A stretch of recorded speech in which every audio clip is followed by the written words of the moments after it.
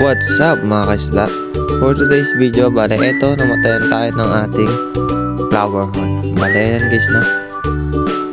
Sinama natin yung female yan na flower horn.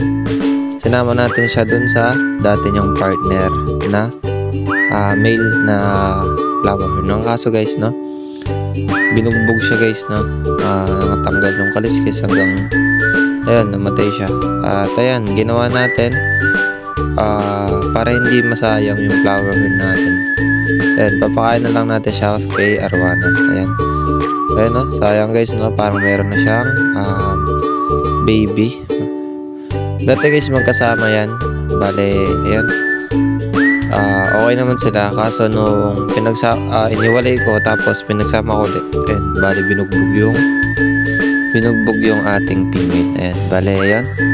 Nakakalungkot lang guys, no? Kahit na namatayan tayo ng flower horn. Ayan, bale, para hindi siya masayang, no? Pakain na lang natin siya sa ating Arwana. Ayan.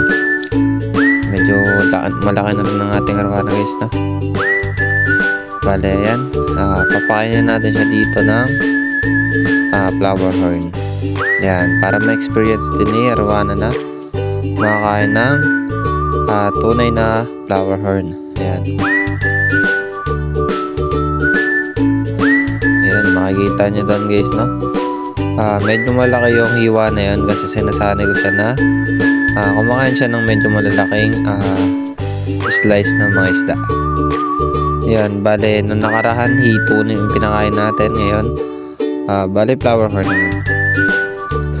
At ayan guys, no? Pinapakain lang natin siya dito, no? Medyo hindi natin sinusunod-sunod yung pagbibigay ng pagkain kasi pwede siyang mabulunan or nahirapan din siyang lunukin. Ayan, bale, pag nakita kong wala na siyang hinunguya guys, no?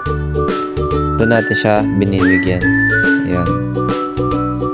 Medyo nasa nasa tupit na rin yung Arwana natin. At ayan guys, no?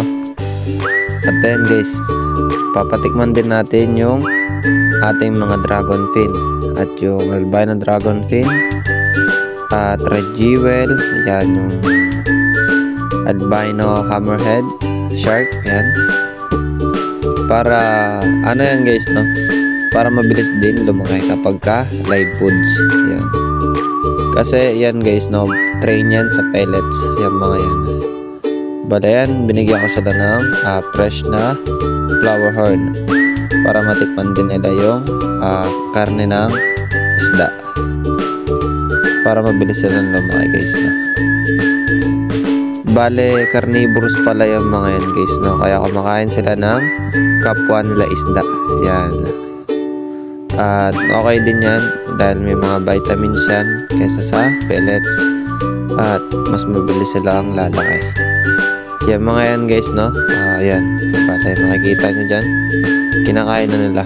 Yung malakas kumain dyan guys, yung medyo malaki na albino dragon fin. Yan, para yung axolotl. Yung mga axolotl guys, yung parang pwede silang mag-evolve ng palaka. Yung kailangan na malamig na tubig.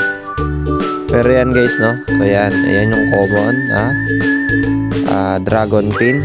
At yung kulay puti naman yung albino. Ayan. Medyo malakas kumain yung albino natin kaya mas lalong mas mabilis lumaki guys. Ayan, bali makikita nyo dyan, no? Sobrang lakas na kumain. At ayan, yung hammerhead natin dyan guys, no? Medyo malikat lang siya. Ewan ko kung kumakain yan. Ayan. Pero kadalasan, ayan, yung malakas kumain yung albino dragon fin. Maganda rin pala yan, no guys, no? Isama sa Arwana. Bale, pag lumaki na yan, yung hindi na siya kaya kainin ng Arwana, kasama din natin siya dun sa 100 gallons tank natin guys. At ayan pala yung pumatay dun sa female natin na flower horn. Bale, magkasama yan dati guys, no? At mag-partner sila doon sa 100 gallons. Ewan ko ba't pinatay na ito. Medyo aggressive kasi yun guys, medyo malaki na.